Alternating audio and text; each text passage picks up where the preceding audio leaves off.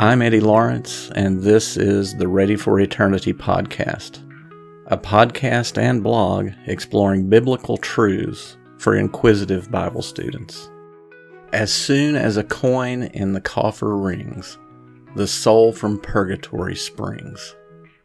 This sales pitch for salvation was echoing across Germany when a monk named Martin Luther decided he had had enough. Martin Luther never intended to start a new denomination. The Augustinian monk simply wanted Rome to stop selling salvation in the form of indulgences. Yet his challenge to Rome's authority set in motion reforms and divisions that reshaped Christianity. October 31st, 1517 marked the beginning of something Luther never envisioned. He posted 95 theses on Wittenberg's castle church door, challenging the Catholic Church's practice of selling indulgences. Indulgences supposedly reduced punishment for sins in purgatory, but it also enriched the papal coffers while exploiting desperate believers. Tetzel's infamous sales pitch echoed across Germany. As soon as a coin in the coffer rings, the soul from purgatory springs. Luther's conscience rebelled against this commercialization of divine grace.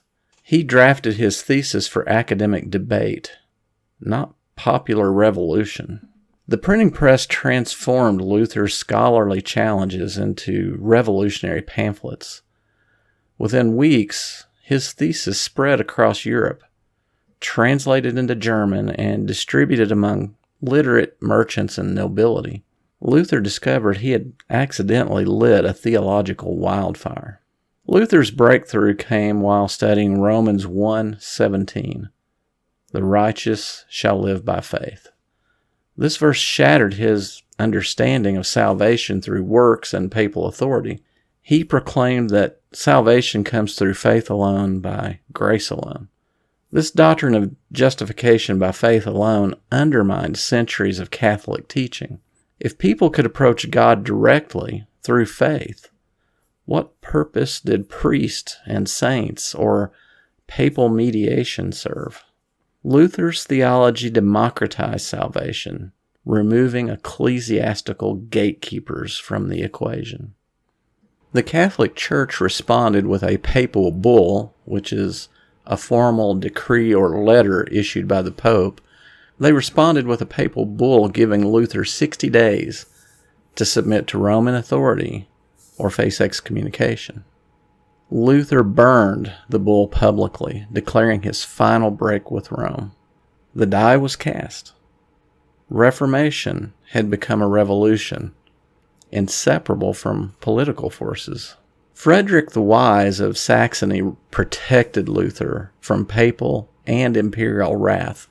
Frederick's motives were a combination of genuine religious conviction and political strategy. He was sympathetic to some of Luther's criticisms of the Church, but he also saw an opportunity to increase his own power and autonomy.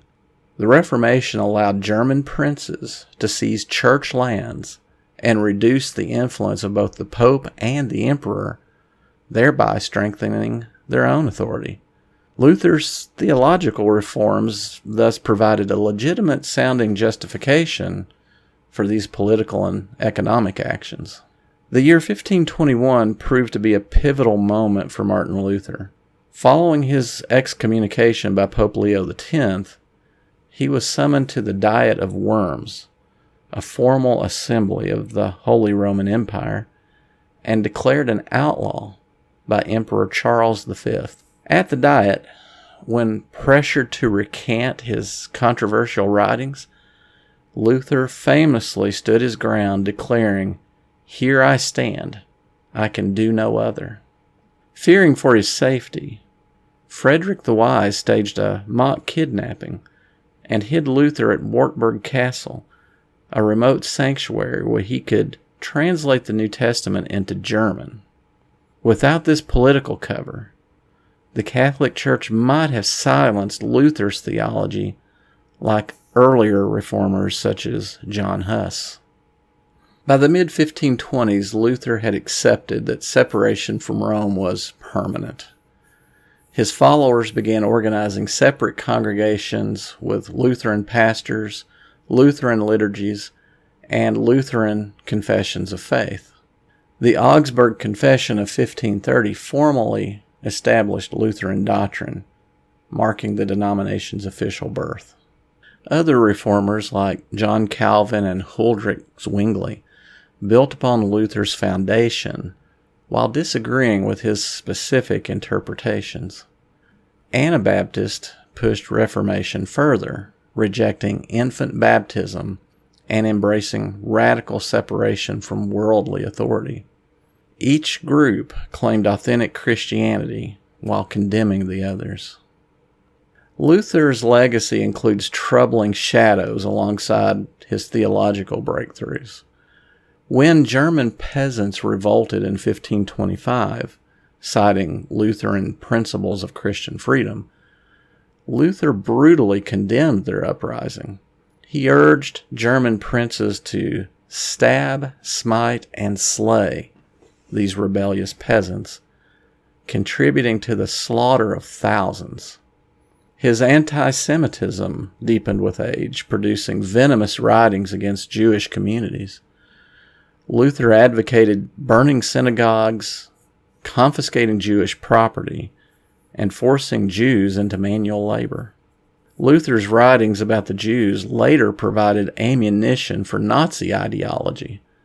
Though late medieval religious prejudice, rather than modern racial ideology, rooted his anti-Semitism, it proved equally destructive in practice. Luther's willingness to endorse state violence against religious dissidents also contradicted his earlier appeals for freedom of conscience. He supported harsh persecution of Anabaptists and other radical reformers, demonstrating that Reformed theology didn't automatically produce religious tolerance. Despite Luther's personal flaws, his theological insights reshaped Christianity permanently. Lutheran churches developed distinctive practices: congregational singing, married clergy, vernacular liturgy, and emphasis on preaching Scripture. Lutheran confessions like the Augsburg Confession and the Book of Concord codified beliefs that distinguished Lutherans from both Catholics and other Protestant groups. These documents emphasize salvation by grace through faith while maintaining traditional liturgical structures. Lutheran missions eventually spread across Scandinavia, parts of Germany, and later to immigrant communities in America.